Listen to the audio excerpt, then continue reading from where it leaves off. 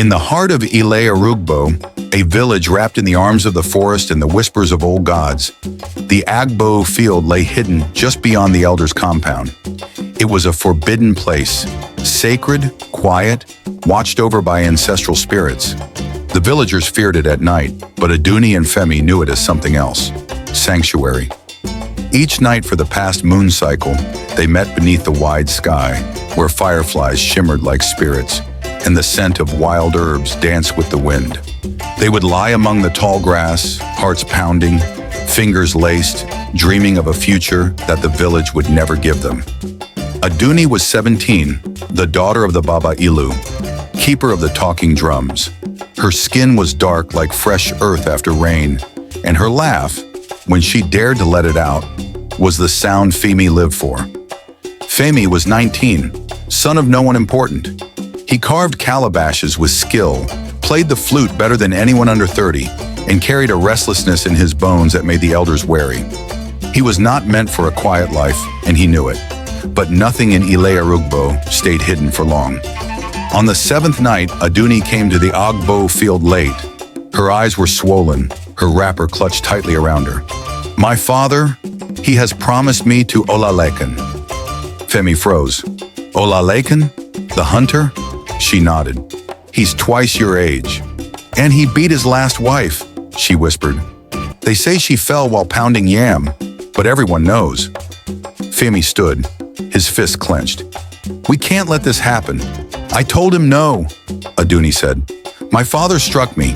He said my body is no longer mine, that the bride price has been paid." Silence fell. Fireflies blinked above them, as if unsure whether to witness what would come next. "Then we run," Femi said. "Tonight." Aduni hesitated. "They will call me cursed. They will chase us." "Let them," he whispered. "We'll make it to the next town before dawn. I know the path. We'll leave everything behind." She nodded, slowly. They held each other beneath the stars, hearts pounding, as if they already sensed the blood waiting at the edge of night. And in that sacred field, knowing it might be their last moment of peace, they undressed each other with trembling hands and aching mouths. There was no shame in their touch, only longing, desperation, the sacred union of two people stealing joy from a world that denied it to them. The grasses bent beneath their bodies. The fireflies swirled above like a blessing. And when they held each other afterward, skin to skin, breath to breath, it was as if the ancestors themselves had paused to watch.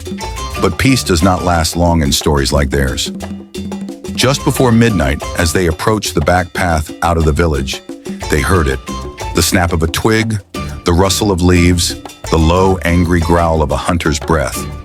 Olalekan stood waiting, machete in hand, a red cloth tied around his forehead. "I knew she would come to you," he said, voice low and dangerous.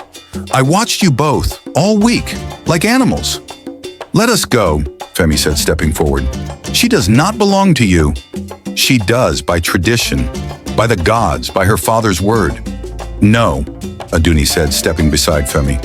"By fear." The hunter's eyes narrowed. "Then let fear speak." He rushed forward with a cry, blade slicing the air. Femi met him with bare hands, grappling as the machete slashed wildly. Aduni screamed, reaching for a fallen branch. Blood hit the earth. Femi cried out, a shallow cut across his ribs. But he held on, slamming his knee into Olalekan's side. The older man stumbled. "Aduni!" Femi gasped. She moved, fast. The branch came down hard on Olalekan's neck. Then again, and again until the hunter dropped to his knees, choking on his own fury. His weapon slipped from his fingers. Then silence. Only the fireflies remained, circling above the blood-soaked leaves. Femi collapsed, breathing hard. Aduni knelt beside him, pressing her wrapper to his wound. "I'm fine," he said. "It's not deep." They looked at the still body of Olalekan, chest barely rising. "What do we do?" Aduni whispered. "We run," Femi said. "Now!" And so they did, hand in hand, blood on their skin, hearts pounding with both fear and fire. They did not stop until the forest swallowed them whole. 3 years later, in a distant village by the river, a woman walked barefoot through a small market, a baby tied to her back, and a flute playing in the distance. Aduni smiled. Femi sat under a palm tree, carving a new calabash as their son played in the sand. No one here knew of Ali Arugbo. No one whispered of curses or shame. Only fireflies visited them at night. And when they came, Aduni and Femi would sit quietly, holding hands, remembering that sacred night in the Agbo field, when love demanded blood and destiny chose them.